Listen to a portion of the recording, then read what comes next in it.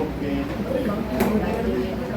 चलो हमने ये देखा था कि that is how East India Company trade to territory, second chapter बोलो कि इसमें ये देखा था कि कैसे उसने अलग अलग स्टेट्स को या प्रोविंसेस को अपने में मिला लिया। तो पहली चीज़ है कि उसने सब्सिडियरी अलाइंस बनाया।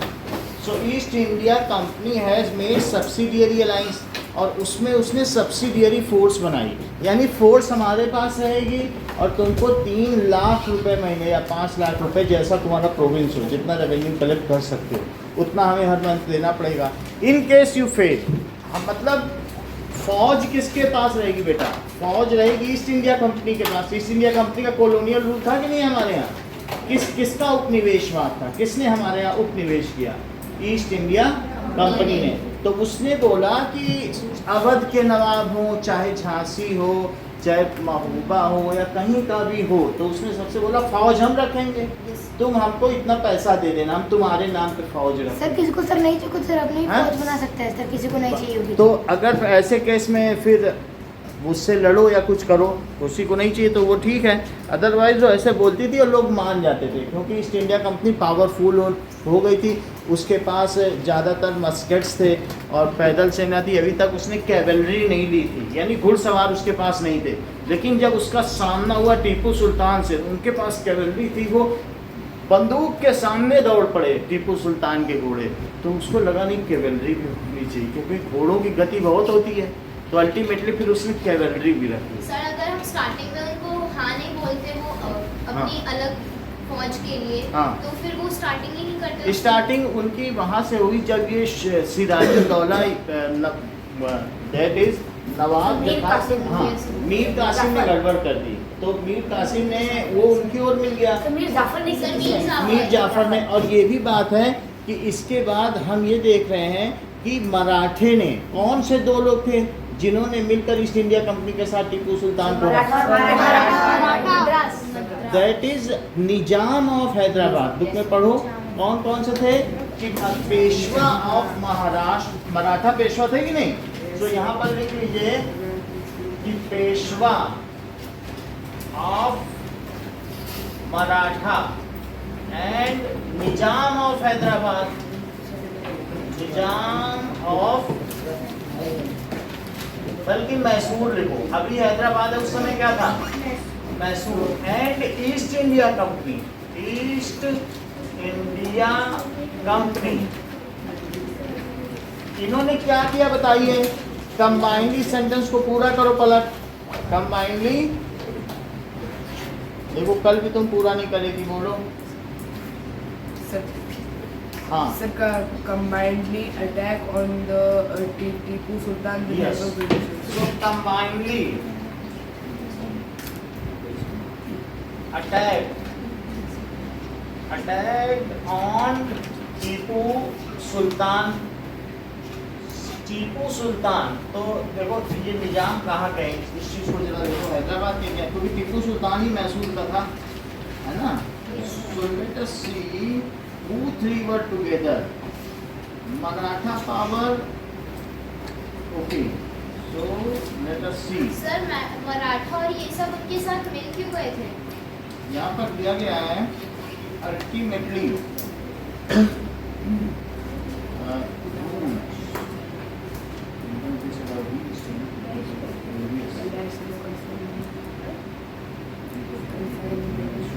सर आपने कल कंपनी रूल एक्सपेंस के बारे में कुछ निजाम ऑफ हैदराबाद, यहाँ पर देखो इसमें लिखा हुआ है निजाम ऑफ हैदराबाद। किसने हराया? हैदराबाद के निजाम, हैदराबाद, ठीक है? ये आप यहाँ देख लें, निजाम ऑफ हैदराबाद, जो 2 बेटों को उसने होस्टेज रखा हुआ था, बंधक बनाया था, उसमें कौन थे? निजाम ऑफ हैदराबाद। तो टीपू सुल्तान हु वाज, वो जो टीपू सुल्तान कौन था? Ruler of Mysore. अच्छा, क्या आप मुझे बताएंगी जस्मिता कि इनके बीच कितनी लड़ाइयाँ हुई? ईस्ट इंडिया कंपनी और साथ में इनके बीच में टीपू सुल्तान और हैदर अली के बीच में कितनी लड़ाइयाँ हुई बोलो? चार। 4 लड़ाइयाँ हुई। And fourth was that is east India Company one.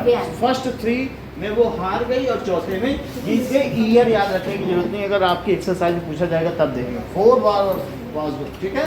सो क्या लिखे बोलो? 4 wars were fought and first 3 किसने जीत लिया? Tipu Sultan first and Hyder Ali. 1 by Tipu Sultan and last was by East India Company. अच्छा पलक मुझे ये बताइए कि जब ईस्ट इंडिया कंपनी ने जीत लिया ये बात, तब उसने क्या किया? सर जो टीपू सुल्तान के अंडर में जो था एरिया वो ये नहीं बताएंगी, आप बताइए। एक तो बताई देगा, बोलो मैम। सर उनके साथ टीपू सुल्तान के साथ उन्होंने ट्रीटी की जिसमें टीपू सुल्तान ने अपने दोनों बेटों को देखो इन्होंने पिक्चर देख के बता दिया, उसी पिक्चर को हम दिखा रहे थे। आप इतनी ऑनेस्ट है ना, आप देखो पिक्चर भी नहीं देख रही। You are so honest. So Tipu Sultan made a treaty, संधि कर ली। ट्रीटी का क्या मतलब होता है? संधि कर ली with East India Company. East हाँ सर आप संधि को इजी वर्ड्स में बोल सकते हैं? ट्रीटी है ना, मतलब से समझ नहीं आया। सर समझौता मतलब कि समझौता कर लिया कि ठीक है हम लोग ओके अब हम बाहर नहीं सर जाएंगे। लेकिन उन्होंने उनके 2 बेटों को दिया क्यों? ट्रीटी अब ये हार गया तो हारने पर भी संधि होती है। तुम इतना राज्य दे दोगे, तुम इतने में रहोगे। हारने के बाद क्योंकि वो नहीं चाहते थे और रेवेन्यू दोगे। एक सर सिग्नेचर जब ट्रीटी में जब उनके बच्चे उधर गए तो टीपू सुल्तान का क्या हुआ? टीपू सुल्तान से कहा तुम राज करते रहो, अभी हम उसको पढ़ के देखते हैं क्या है, और कहा इतना रेवेन्यू हमारे पास भेजते रहो। वरना तुम्हारा बच्चा तो अल्टीमेटली तुम जब रेवेन्यू भेजोगे तो तुम्हारे पास पैसे खत्म होते जाएंगे, तुम इतने वीक हो जाओगे कि हम लास्ट में तुम्हारी सेना ले। ऐसा सर तो उसमें बच्चों का क्या रिलेशन? बच्चों का इसलिए रिलेशन है कि तुम मना ना कर दो पैसा भेजने का, तुम फिर से सेना खड़ी करोगे, फिर हराने के बाद क्या होगा, तो इसलिए ट्रीटी कर लेते थे। और बच्चे रहेंगे तो तुम कुछ कर नहीं पाओगे। सर तो लास्ट में उनके बच्चों का क्या हुआ? बच्चों को उसने जो भी किया हो ये तुम्हें गूगल में चेक कर लेना पड़ेगा तो पता चल जाएगा, यहाँ बता देंगे। So made a treaty with Tipu Sultan, ये ईस्ट इंडिया कंपनी। और फिर क्या किया बोलिए? ईस्ट इंडिया कंपनी के साथ उसने ट्रीटी कर ली। And his 2 sons was made hostage. 2 sons were made hostage. hostage का मतलब क्या होता है? बंधक। बंदी बने। सर बंदी बनाना। हाँ। hostage बना लिया, बंधक बना लिया। चलो अब देखिए इसके बाद क्या हुआ। ब्रिटिश ने 4 बार लड़ी और अंत में टीपू सुल्तान ये हो गया।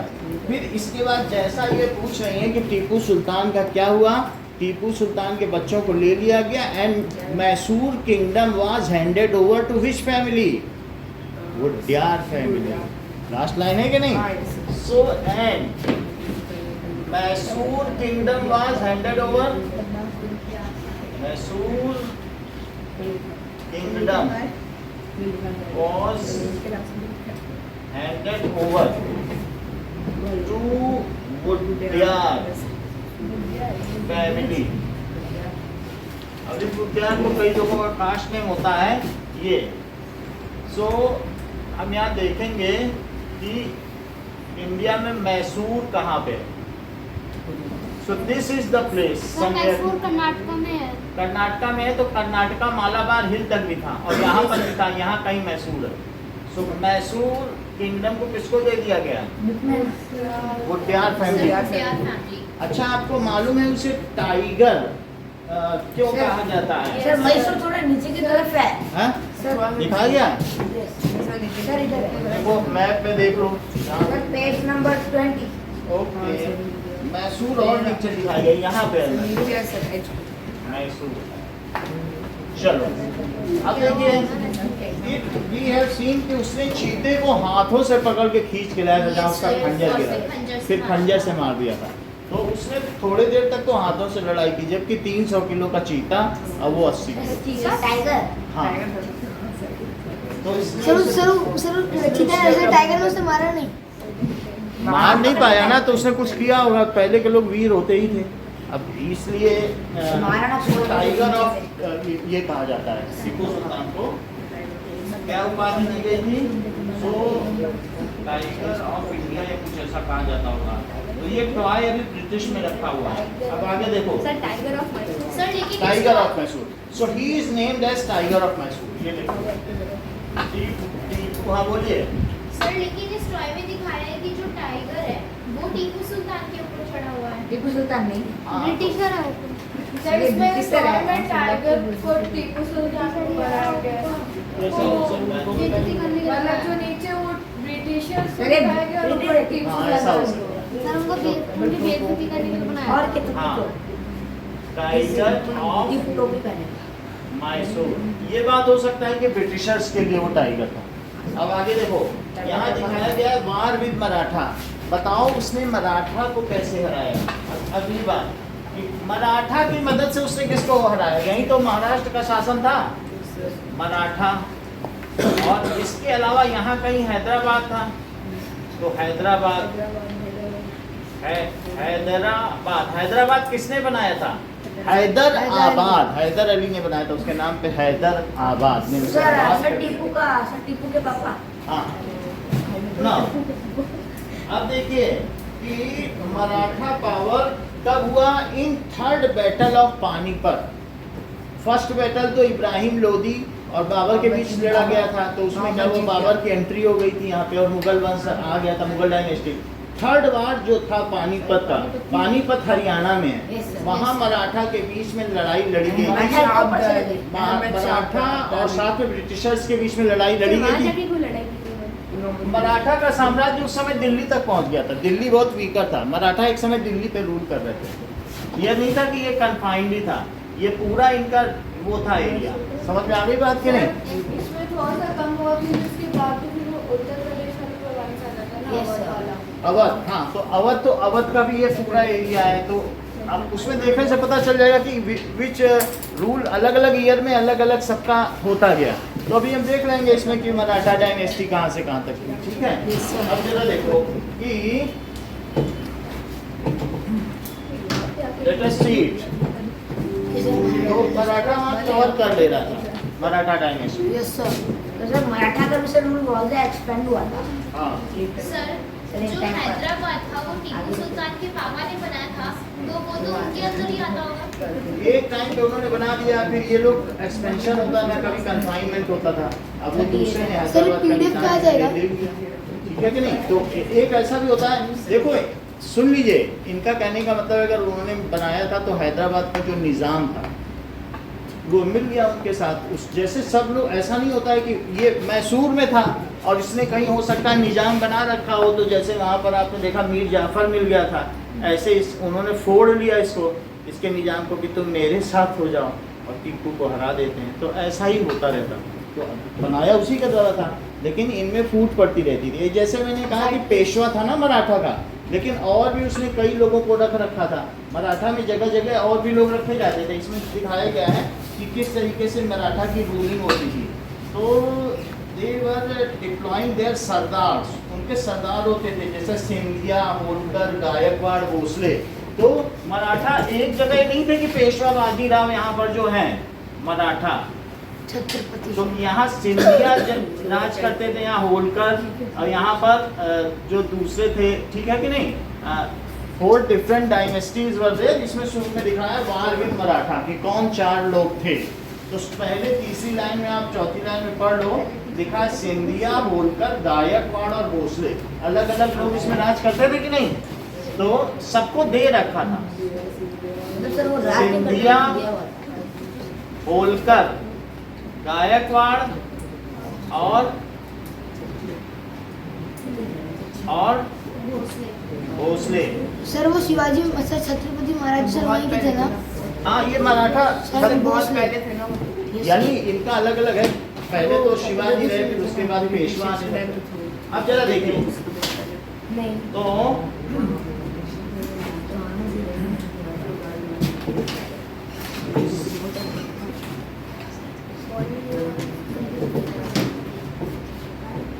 सिंधिया और होलकर की कहानी बहुत फेमस है, क्योंकि जब उसमें एक मर गया था, गर्दन कट गई थी, तो वो तब भी दूसरे के उस पर चढ़ करके वो तलवार चलाता रहा 15 मिनट।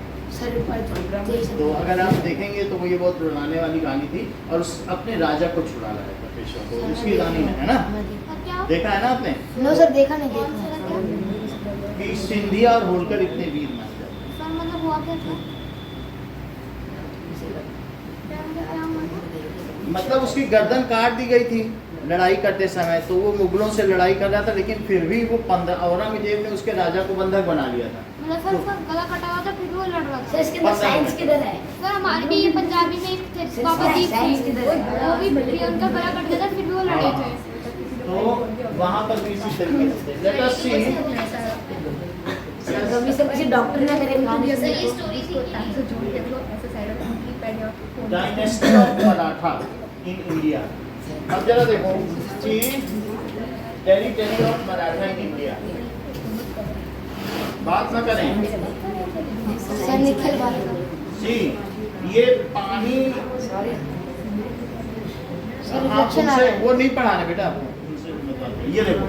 तो यहाँ पर आप क्या देख रहे हैं सर रिफ्लेक्शन कि अभी तो आप सिर्फ ऐसे देख लो, वो रेड कलर का जो दिख रहा है ना, इतना ही था। तो ये पानीपत और हरियाणा सब इनके अंदर में है कि नहीं, आप देख लो। तो इसमें कहाँ है, दैट इज हरियाणा है, तो पानीपत भी आपको दिख रहा है इसमें कि नहीं, ये दिल्ली के ऊपर।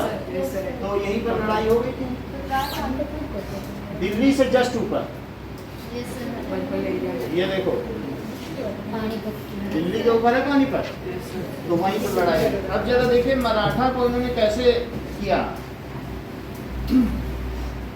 These chiefs, the chiefs were Scindia, Holkar, और ये अंडर ए कन्फेडरेशन हमेशा पेशवा के साथ रहते थे, कि वो उनके विश्वास में रहते थे, और कहीं पर भी होता था तो लड़ने जाते थे। अब जरा देखिए प्रिंसिपल मिनिस्टर, तो ये सब कौन थे। मराठा रूल कैसा था, मराठा रूल वाज ठीक है, एडमिनिस्टर्ड बाई सरदार, इसको सरदार चलाते थे। एस सिंधिया, होलकर, भोसले एंड गायकवाड़, और उनका मुख्य कौन था, चीफ, उसको चीफ मिनिस्टर कहते थे या पेशवा कहते थे। So that is Gaekwad.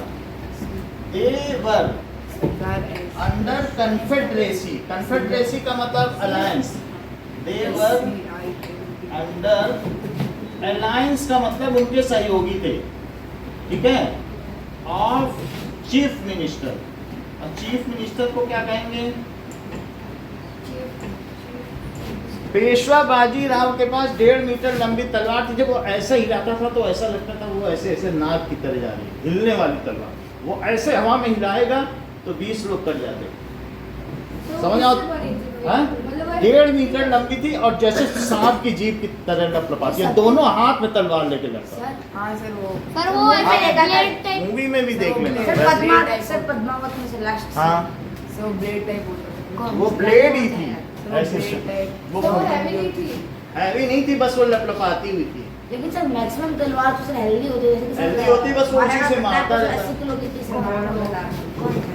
Now अब ये देखो, okay, who became it's military and administrative head. तो वो कहाँ बैठता था, इट वाज सिटिंग इन, देखो उसको बताने जा रहे थे, हमको नहीं बता रहे हो, कहाँ बैठता था, ये देखो बता दिया इन्होंने ना, पुणे में। तो ये जो पेशवा था, दैट मीन्स कोई भी इनका मुख्यमंत्री रहता था मराठा में, वो कहाँ हमेशा बैठता था, उसका हेडक्वार्टर कहाँ रहता था, वो पुणे में रहता था। तो पुणे सबसे पुरानी नगरी है मुंबई की। सो अब जरा देखिए, Maratha were subdued in a series of war इनके बीच और ईस्ट इंडिया कंपनी के बीच बहुत सारी वार हुई और लास्ट में साल 22 में एक संधि हो गई जिसमें क्या हुआ, एंग्लो मराठा वार। एक सेकंड एंग्लो मराठा वार कब हुई, 1803 में 05 में हुई और लास्ट में क्या हुई, थर्ड 3 बार लड़ी गई, ठीक है। और 3 बार में इसमें फिर ये क्या हो गया कि पेशवा रिमूव कर दिया गया और उसको बिठूर में भेज दिया गया कि पेंशन में जाके बैठ जाओ कानपुर के पास। तो फिर से समझो, 3 wars were fought between English and Maratha. तो इंग्लिश और मराठा है तो क्या कहेंगे, एंग्लो मराठा वार। अगर फ्रेंच के बीच में और किसी के बीच वार हो तो फ्रैंको मराठा वार। समझ में आया कि नहीं। तो इंग्लिश मैन है ना ब्रिटिश लोग, तो there were 3 Anglo Maratha war and in last war ये जो East India Company won, Peshwa was removed send to Bithoor under pension. उसको बोला तुमको गुजारा भत्ता 500 रुपये दिया रहेगा, बस वहीं रहो तुम, अब आना नहीं मरा। समझ में आया।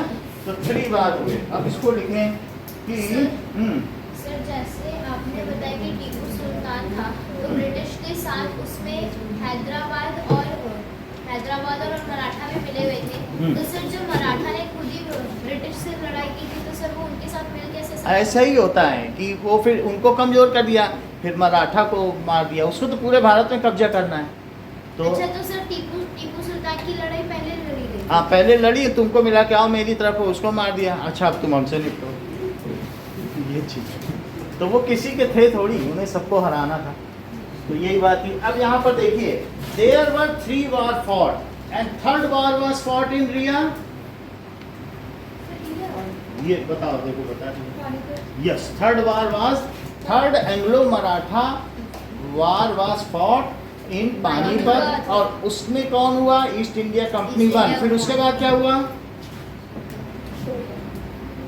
तो कितना मन में बोल रहे हैं कि टीपू सुल्तान, फिर वो पेशवा भेज दिया गया और उसमें इतने धीमे क्यों बोल रही हो, जब आता है तो उस चीज़ को तेज बोलो। यू एक्सप्रेस योर इंटेलिजेंस, है बात की नहीं। तो यहाँ पर क्या बात हो गई, there were how many wars were fought between Maratha and East India Company. बोलो कितने बार लड़े गए, ये बताइए। मैसूर के टीपू सुल्तान और ईस्ट इंडिया कंपनी के बीच 4 बार लड़े गए। और इनके बीच जो ट्रीटी हुई थी वो कहाँ हुई थी, टीपू सुल्तान और ईस्ट इंडिया कंपनी के?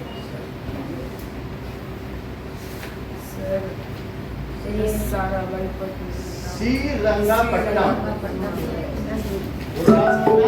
और इनके बीच संधि कहाँ हुई थी, साल 22 की संधि। उनकी संधि कहाँ हुई थी, श्रीरंगापट्टनम में। और इनकी संधि कहाँ हुई, वो क्या सामने रखी। आप कितनी ऑनेस्ट हैं, और कोई होता तो फिर से देख लेता। मैं तो आपकी ऑनेस्टी का कायल हो गया हूँ। सो 3 वार्स वर फॉट, किसके बीच हुए, 3 वार्स वर फॉट, ठीक है, between Maratha and East India company.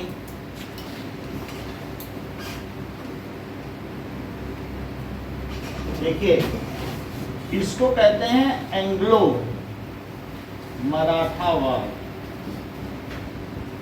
Anglo और मराठा के बीच हुआ। थर्ड वार था सृष्टि, वो कहाँ लड़ा गया, बहुत अच्छा। और इसमें कौन जीता, और वो जो ट्रीटी हुई वो कहाँ पे हुई,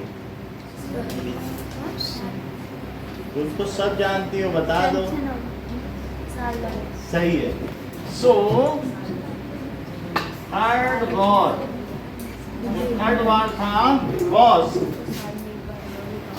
fought in पानीपत एंड, ठीक है, पानीपत में हुआ। एंड ईस्ट ब्रिटिश, जो ब्रिटिशर्स थे वो वन हो गए, ब्रिटिशर्स ही कहोगे उनको, 1-8। अब ये जो जीत गए फिर क्या हुआ, Yes, Peshwa was sent to Bithur. Bithur बस कानपुर से 20 किलोमीटर है. Send to Bithur under pension. तो इस तरीके से जो बड़े बड़े थे वो सारे रीजन इनके अंडर में आ गए. फिर इसके बाद क्या हुआ, मराठा को उन्होंने क्रश कर दिया. फिर ये यहाँ पर विंध्य है, तो ये विंध्य है ना, पर्वत, माउंटेन रेंज, इसके नीचे मराठा. उसी में तो कहा जाता है विंध्य हिमाचल यमुना गंगा उत्कल जलधि तरंगा. उत्कल वर्ड किससे आता है, ये बता दिया ना इन्होंने, उड़ीसा से. इसीलिए हम आरब से हर चीज पूछ लेते हैं, क्योंकि उत्कल था, उन्हें मालूम था कि उड़ीसा में उत्कल क्षेत्र है. यानी उड़ीसा वालों को जो एक वहाँ पर आदिवासी लोग हैं, दैट इज उत्कल कहा जाता है. इसको हम देख लेते हैं कि सर वो ट्राइब उनकी ट्राइब इसका नाम उत्कल का शाब्दिक अर्थ, ये देखो, उत्कल नाम का मतलब उड़ीसा नाम है. उत्कल किसके लिए कहा गया है, सो इट इज फॉर, ये तो ऐसे ही बोल रहा है, उड़ीसा का मतलब क्या है, यूनिक है, अद्भुत देश. उत्कल का मतलब क्या होता है, उत्कृष्ट. ओके चलो, अब इतनी बात हो गई. नेक्स्ट देखो, क्लेम ऑफ पैरामाउंटसी. तो अब यहाँ पर लॉर्ड हेस्टिंग थे गवर्नर जनरल. पैरामाउंटसी का क्या मतलब होता है, देखो अब इन्होंने कहा कि it is clear that the 19th century, यहाँ पर एक दूसरी एग्रेसिव पॉलिसी आ गई जो लॉर्ड हेस्टिंग ने की. ठीक है ना, वॉरेन हेस्टिंग. तो वॉरेन हेस्टिंग भी एक गवर्नर जनरल थे. तो क्या आप मुझे बताएंगे अनमोल, पैरामाउंटसी का क्या मतलब होता है, पर वो पेज आपने खोल नहीं रखा है. क्लेम ऑफ पैरामाउंटसी, सर आप एक और बार समझा सकते हैं? अभी इसका मतलब बताइए पहले पैरामाउंटसी का, तब हम बताएंगे कि हाँ बोलो. सर पैरामाउंटसी का मतलब है एनेक्स करना, एनेक्सिंग यानी हथियार लेना. तो पैरामाउंटसी का मतलब है भारत में सबसे श्रेष्ठ ब्रिटिश है और सबको इसके ही अधीन आना होगा. Supreme, British is supreme and all has to come under the shelter of British. उसने ही क्लेम कर दिया लास्टली कि जो बचे लोग हैं वो हमारे अंडर में आ जाए. तो इट इज पैरामाउंटसी. तो कंपनी की एक aggressive policy I. Now company has launched, उसने डिक्लेयर कर दिया अ पॉलिसी ऑफ पैरामाउंटसी. देखो पैरामाउंट का क्या मतलब होता है कि इनका जो हित है वही सर्वश्रेष्ठ है. जो मेरे हित के खिलाफ जाएगा उसका सर्वनाश हो जाएगा. बात समझ में आई? मेरा हित सर्वश्रेष्ठ है. If any act of any जो भी टेरिटरी है, इट इज अगेंस्ट कंपनी, टेक ना लगाइए, अगेंस्ट कंपनी, तो हाथ का टेक ना लगाओ. तो अगर उसके खिलाफ जाएगा जो कंपनी के खिलाफ, तो क्या होगा, उसको एनेक्स कर दिया जाएगा या बर्बाद कर दिया जाएगा. सरदार ऐश का क्या लिखा है सर? कहाँ पर? सरदार सिंधिया, सिंधिया होलकर और ये सारे लोग थे. अब जरा देखिए, तो इन्होंने पैरामाउंटसी दी, पैरामाउंटसी का प्रिंसिपल दिया. और ये प्रिंसिपल अनमोल किसके द्वारा दिया गया? हाँ sir lord Hasting. Yes, governor general lord Warren Hastings. कौन था? Governor general It was given by governor general. अलग अलग प्रेसिडेंसी में अलग अलग गवर्नर बैठे होते, तो जो उनका जनरल होता था उसे क्या कहते थे? Governor general. तो एक ही गवर्नर जनरल पूरे इंडिया के लिए होता था. सर मतलब हर जगह के जनरल का जो हेड होता है, हर एक की जगह के गवर्नर का जो है सर तो पूरे इंडिया में एक ही गवर्नर जनरल एक होता था सर, और वो ब्रिटिश से अपॉइंट होता था. वहाँ चार्टर बनता था, वहाँ महारानी विक्टोरिया, वो जो एलिजाबेथ थी, वो साइन करती थी, एलिजाबेथ वन, कि इनको भेजा जाए. सर मतलब एक तरह से प्रेसिडेंट पूरे इंडिया में उसी का राज चलता था, प्राइम मिनिस्टर. Governor general. तो गवर्नर जनरल लॉर्ड, और उसे लॉर्ड कहलाता कहते थे। कौन ये है? नाम क्या है, लॉर्ड क्यों लगता है? ऐसे ही वो जैसे अभी भी उनके सम्मान के लिए हम लोग माई लॉर्ड बोलते हैं। जो पहला चैप्टर है उसमें यहाँ हिस्ट्री में देख लो, ये सारे गवर्नर जनरल दिए हैं। Yes sir. सब लाइन्स रखिए, वो ऐसे ही आते जाएंगे। तो इसमें देखिए लास्ट वाइस राय कौन बना, फिर बाद में 1857 के बाद वाइस राय बनने लगे, तो माउंट बेटन लॉर्ड वाइस राय, लॉर्ड माउंट। और ये पहला वाला वारन हेस्टिंग। सो वारन हेस्टिंग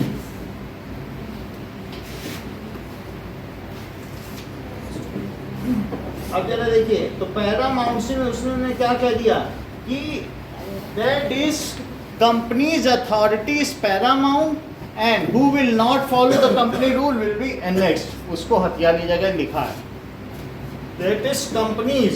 हिंदी में समझाओगे? हाँ, ही सेड, उसने कहा कि companies policy and it's interest, company का जो नियम है, सिद्धांत है, और उसके हित मतलब जो भी इंटरेस्ट है, यही सर्वश्रेष्ठ है। और जो उसके खिलाफ जाएगा तो उसको हम उसकी जमीन कब्जे में कर देंगे। हमारे खिलाफ नहीं जाना, हम जो करना चाहें करेंगे, तुम अपना राज करो, हमें जहाँ जो चाहिए। समझ में आ गई बात? तो सर ये सर कहीं सर साइन करवाए थे कि क्लेम ऑफ पैरामाउंट पे अपना बना जाता है? नहीं, ये इंग्लैंड से साइन होके आता था। कोई भी चीज़ है वहाँ से अथॉराइज हो जाती है, सर कि अपना बनाते तो अपने आप नहीं बना सकते। तो ही सेड कि companies interest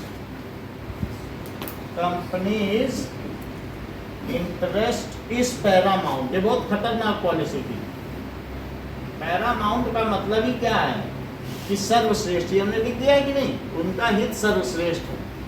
and in order to protect its interest it is justified to annex any Indian kingdom. So for it, इसके लिए क्या कर सकता है, it is justified to annex any Indian kingdom.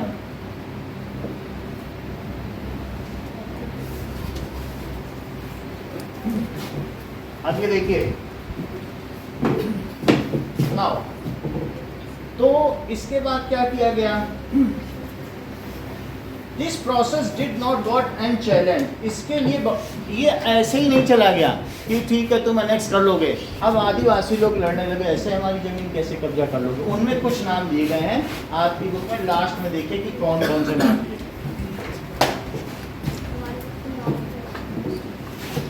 कि हमने बोल दिया हम कब्जा कर लेंगे, तो क्या लोग कब्जा करने देंगे?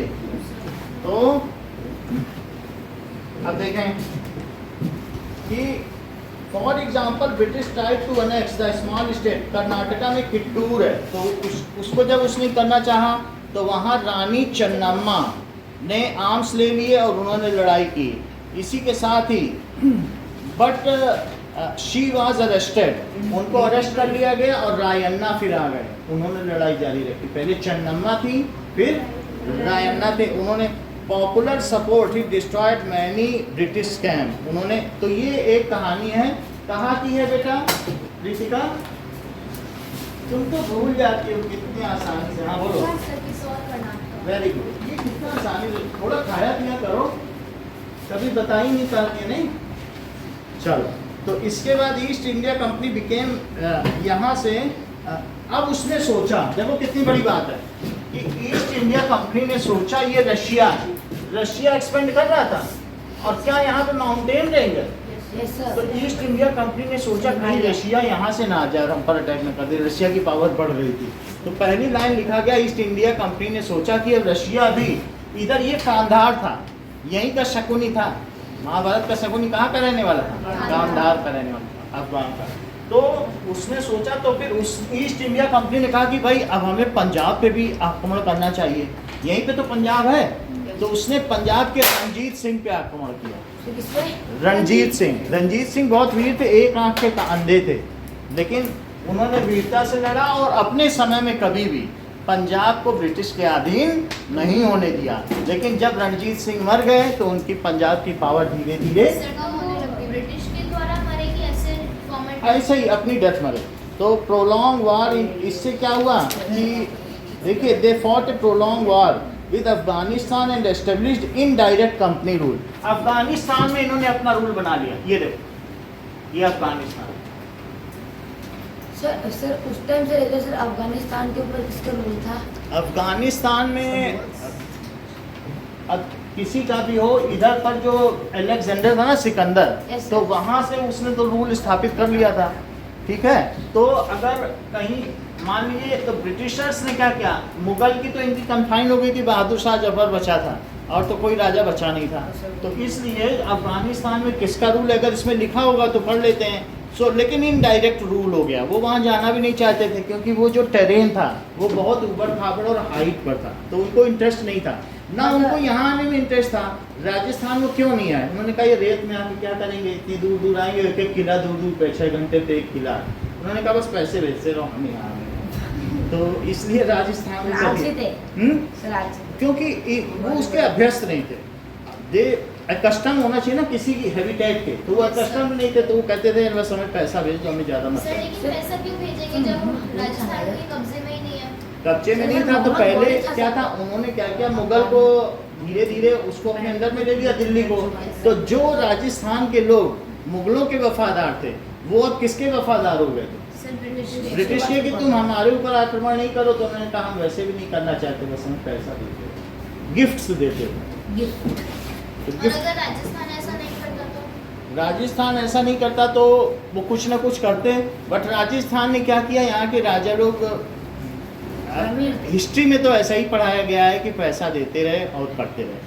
अभी हिस्ट्री बदल रही है, अभी जो नई हिस्ट्री है ना, क्योंकि कई लोगों ने RTI डाला है तो उसमें उनको जानकारी जो दी गई, बोला ऐसे ही लोगों ने याद किया था, कोई साक्ष्य नहीं है जो पीछे पढ़ाई गई थी। तो वही हम लोग को भी पढ़ाई गई है कि जो राजस्थान के लोग थे वो दिल्ली को पैसा देते रहे, इनको देते रहे, लेकिन असली चीज़ अब जो हिस्ट्री बन रही है वो साक्ष्यों पर आधारित है। तो वो निकल के आएगी, वो ब्रिटिश डॉक्यूमेंट्स। आपको मालूम है कि जॉन मिल जो वो थे, वो उनकी बनाई हुई जो लिखी है उस पर लिखी है जेम्स मिल। तो जेम्स मिल का आएगा, बहुत सारे डॉक्यूमेंट्स इंदिरा गांधी ने एक कुएं में डलवा के और उसमें जलवाए और वो 3 हफ्ते तक जलते रहे। तो बस कि हम मतलब एक होता है ना कि बच्चों को जो न्यू पॉपुलेशन है ऐसी हिस्ट्री पढ़ाओ, फिर उसी के हिसाब से नर्चर कर जाएंगे। तो कई कई लोगों का उसमें महिमा मंडन किया गया है, और कई हमारे बहुत सारे लोग हैं, जैसे आप देखिए कि वो बंगाल के कौन थे है ना, तो सर अभी वो आज़ाद हिंद पहुंचे सुभाष चंद्र, उन सबको नहीं बताया गया। तो हमारी हिस्ट्री में जो इंडियन कल्चर उसको नहीं बताया गया कि और कौन सर कौन ब्रिटिश कैसे को वीरता से ज़्यादा लड़ा, ब्रिटिश को ज़्यादा वो किया गया है। Yes, sir. तो हमें सब ऑथेंटिकेशन देख करके अगर हम ठीक ठीक डॉक्यूमेंट से देखें, जैसे उन्होंने कहा था पिछले चैप्टर में कि पुलिस रिकॉर्ड से देखो या कहीं से देखें, तब तो पता चलेगा कि वास्तव में क्या हुआ। तो सही हिस्ट्री अब बहुत सारी इधर उधर छिपा दी गई है, और कई लोग अभी भी हर महीने करीब करीब 1000 करोड़ रुपए दिया जाता है ब्रिटिशर्स के द्वारा उन कंपनियों को कि इसको छिपा कर रखो, ये किसी को मत बताना। जैसे आपको मालूम है हिटलर की कहानी लोग सुनना नहीं चाहते हैं या जर्मनी वाले बताना नहीं चाहते, तो इतिहास को छिपाने का पैसा भी ले रहे हैं कुछ लोग। तो history was always made hidden to us. अभी तक असली हिस्ट्री नहीं। अगर कोई ये कहता है कि उन्होंने क्यों दिया होगा, तो हो सकता है ना भी दिया हो, ये कोई क्लेम नहीं है, लेकिन एक तरीके से मोल्ड करके पढ़ाओगे तो फिर क्या होगा कि जो नई जनरेशन है, जैसे आपको मालूम है कि जर्मन में बच्चों को ऐसा पढ़ाया गया वो हिटलर के भक्त हो गए थे और फिर हिटलर के लिए जान देने को तैयार हो गए। तो हमारे यहाँ भी जनरेशन को ऐसा पढ़ाया गया है हिस्ट्री कि वो सोचें कि महात्मा गांधी ही सब कुछ थे और कांग्रेस नहीं किया है और कांग्रेस को ही वोट दें। मतलब हिस्ट्री हमको इस तरीके से पढ़ाई गई, जबकि ऐसा सत्य नहीं है। कांग्रेस के लोग जेल तो गए हैं, लेकिन उनको उनमें से किसी को मारा नहीं गया है, और अंग्रेजों ने कांग्रेस के सिवा सबको मारा है, सबको काला पानी दिया है, और उनको वहाँ पर कांग्रेस को, गांधी जी को भी अंदर है, उनको लिखने पढ़ने और सब सुविधा पंखा सब कुछ मिलता था। तो जेल होती थी, लेकिन अब वो क्या होता था, वो बीच में उनको सुझाव के लिए भी बुलाते थे, उनको लाठी से नहीं मारते थे। कबीले के लिए दूसरे लोगों ने लाठियाँ खाई, काला पानी पाया, तो उनके नाम क्यों नहीं है? हमारे स्वतंत्रता संग्राम सबके नाम होने चाहिए कि नहीं? जो मरे भी हैं उनके नाम क्यों नहीं? या भगत सिंह के बारे में आधा पेज भी क्यों नहीं? या चंद्रशेखर आजाद के बारे में उन बहुत कम जानते हैं। तो जो भी हमारे फ्रीडम फाइटर्स हैं, उनमें से जो इंटरेस्ट के थे जो सरकार के, उसने तो रख दिए, लेकिन अब जो न्यू हिस्ट्री है ये कुछ रिवाइज हुई है, पिछली बार से देखने तो कुछ रिवाइज हुई है, कुछ और करनी चाहिए। लेकिन ये धीरे धीरे बदली जाएगी। ये मैम इसलिए इंटरेस्टिंग हो गई सर ये वाली। जो अगर फैक्ट पर आधारित होगी तभी उसको पढ़ने का मतलब है, तो जो बायस्ड हिस्ट्री होगी वो पढ़ने का कोई मतलब नहीं है। बात की नहीं, पक्षपात वाली हिस्ट्री पढ़ने का कोई मतलब है जो एक किसी कोई एक एजेंडा को लेके चले, तो वही चीज़ है। अब जरा देखो अल्टीमेटली क्या हुआ कि अफगानिस्तान पर इन्होंने कब्जा कर लिया। So but the presence of Maharaja Ranjit Singh, Maharaja Ranjit Singh, यहाँ पर आप पढ़ रहे हैं रंजीत सिंह लिखा हुआ है, कि उनके होते हुए किसी की हिम्मत नहीं थी ईस्ट इंडिया कंपनी की कि उनसे लड़ सके। और बगल में रणजीत सिंह का देखो दरबार लगा है, वो काने हैं, एक आंख नहीं है, बैठे हैं और उनका दरबार भी लगा हुआ है। ऐसा दिख रहा है आपको कि नहीं? उनकी एक आंख नहीं है। अब जरा देखिए doctrine of lapse. So doctrine of lapse, ये डलहौजी की नीति थी, हड़प करने की नीति। डॉक्ट्राइन का मतलब है नीति, सर यही तो 83 में हड़पने की नीति, हड़पने की नीति होती है। तो इसमें क्या होता है कि सर जो मतलब राजा का सर बेटा नहीं होता सर, वो बोले तो और सर अगर बेटा। राजा मर जाते तो उन्हें अपना किंगडम ब्रिटिशियर्स ये को देना पड़ता है। खूब लड़ी मर्दानी, वो तो झांसी वाली रानी थी। अब इसमें आप लोग ये देखिए कि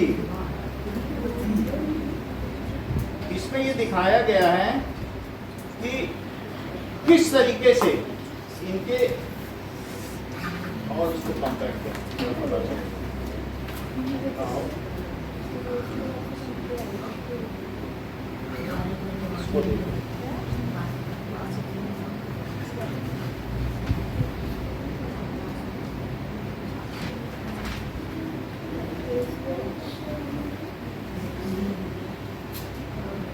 ये देखो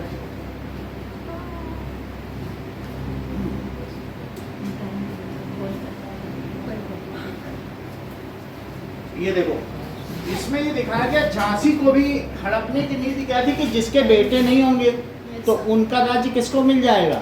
ब्रिटिश को मिल जाएगा। तो इसमें ये दिखाया है, ये सुभद्रा कुमारी चौहान की लिखी हुई कविता है। इसमें दिखाया है कि सबका नाम दिया है कि कैसे कैसे धीरे धीरे इन्होंने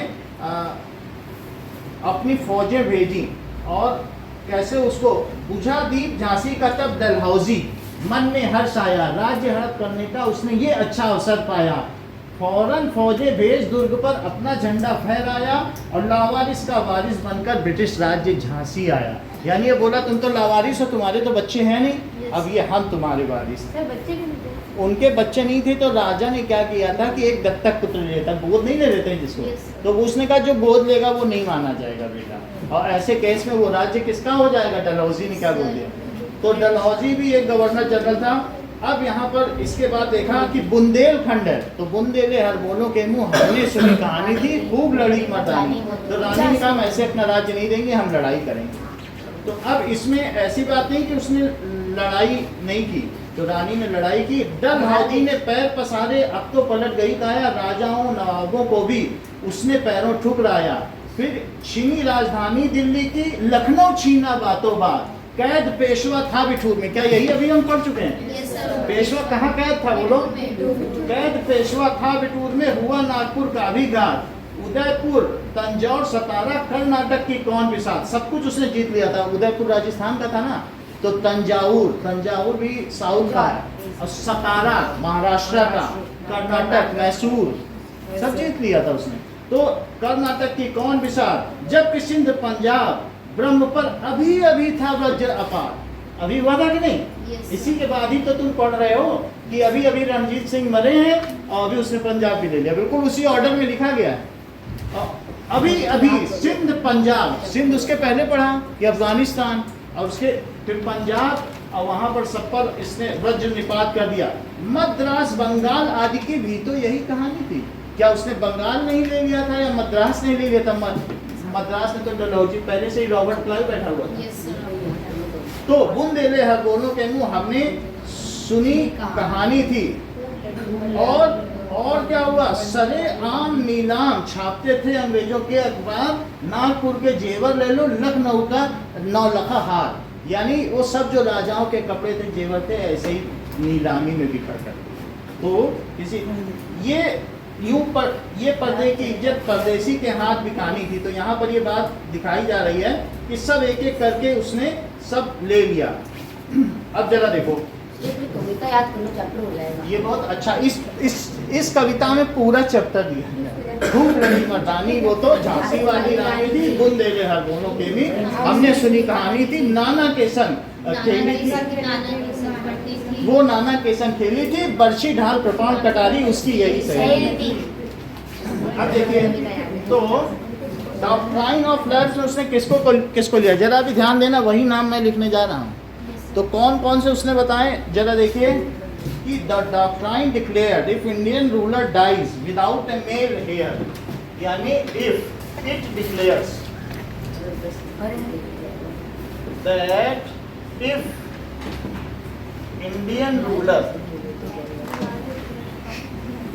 डाइज, अगर कोई उसके पुत्र उत्तराधिकारी नहीं होता है विदाउट मेल हेयर, तो क्या किया जाएगा बोलो। सर उसका सर जितना भी वो शासक कैसे जितने उसका एरिया सर, वो ये सर चीज़ तो ईस्ट राणा- इंडिया कंपनी ले लेगी। सर ये चीज तो राजा के मरने के बाद होगी कि उससे पहले राजा के हो मरने सकती के है? बाद तो सिंपली उसको एनेक्स कर दिया जाएगा, then it will be annexed, will be annexed। देखो अभी अभी हमने पढ़ा है, वही लिखूंगा। तो कौन कौन से नाम लिए बुक में बोलो। सतारा, संबलपुर, एग्जाम्पल सतारा उसने ले लिया, महाराष्ट्र में सतारा। संबलपुर, उदयपुर, नागपुर और झांसी। संबलपुर, उदयपुर यहाँ से 6 घंटे पर है, माउंट आबू के बगल ये में, सब गया वो। और उदयपुर ले लिया, सर नागपुर और झांसी। and झांसी। नागपुर मेरे पापा को कुछ बताइए। और झांसी को भी ले लिया।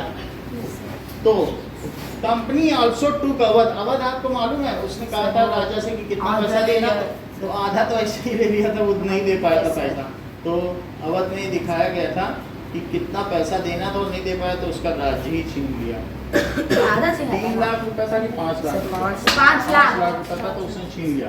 तो डॉक्ट्राइन ऑफ लैब्स इस तरीके से आगे बढ़ता चला गया, और सर अल्टीमेटली वो क्या लिखा हुआ है एग्जाम्पल में, तो एग्जाम्पल क्या लिखा हुआ देखो एग्जाम्पल है सतारा, है? सतारा वो क्या है? सतारा संबलपुर, सतारा यहाँ कहीं महाराष्ट्र में है, यहाँ है सतारा। तो अब देखिए, it was they said that they obliged by duty, और अवध को भी उसने ले लिया, और बाद में अवध के जो उनके दत्तक पुत्र थे, दत्तक पुत्र पाले हुए लड़के, उनके अंदर विद्रोह जाग गया, मेरा तुमने राज्य ले लिया। वही अवध 1857 का गढ़ बना। उनके बेटे ने कहा हम ऐसे कैसे तुमने ले लिया हमारा राज्य।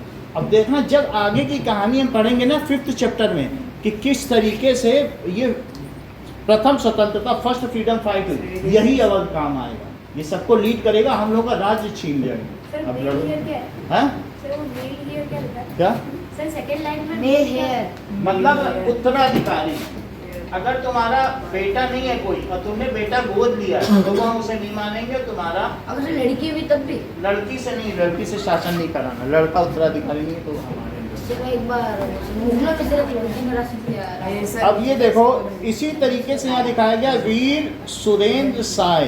तो यहाँ पर आगे क्या दिखाया गया है, अगले पेज में, टेक नहीं लगा बेटा सृष्टि, ये कैसे दिखाया गया है कि शुरू में येलो था, फिर थोड़ा सा येलो है, और फिर उसके बाद देखो 1840 में, 1840 आते आते तक कितना इनका शासन हो गया, महाराष्ट्र में भी हो गया, ठीक है, और फिर सब और लास्ट आगे चले तो गुजरात को छोड़ दो, नेपाल में इनका शासन कभी हो पाया नहीं हो पाया। सर नेपाली सर एक ऐसी कंट्री जो सर आज तक सिर्फ किसी भी किसी के उसका शासन में, Yes, और ऊपर अगर ऐसा मैसूर में भी नहीं हो पाया। मैसूर, सर नेपाल में भी नहीं हो पाया। सर किसी भी सर देश का शासक हुआ ही नहीं नेपाल नेपाल में, मतलब नेपाल में इन्होंने भी शासन नहीं किया, ये पहाड़ी क्षेत्र है तो छोड़ किसी दिया। में सर किसी ने भी नहीं किसी किया। ने भी नहीं किया। तो इन्होंने अब आगे क्या किया, that is setting up a new administration. हाँ नेपाल से कुछ नहीं है।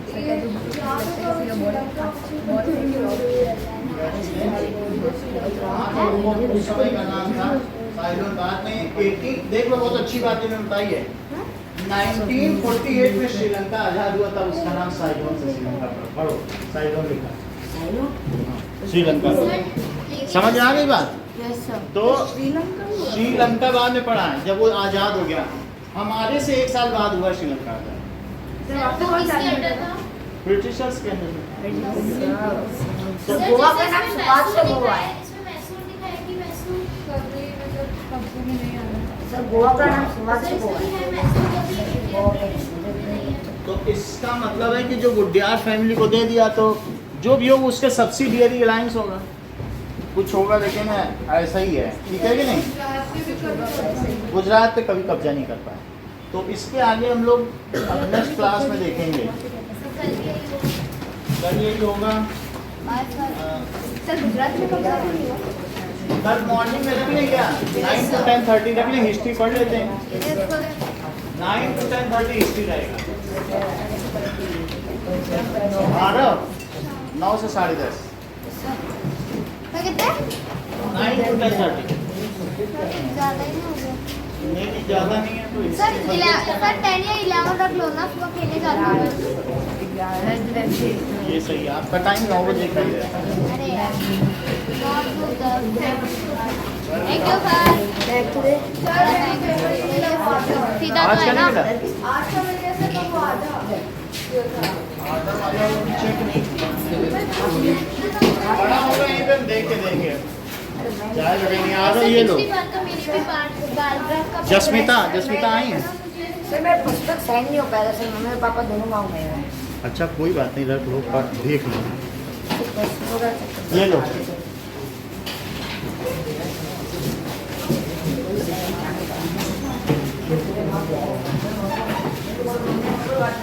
हमारे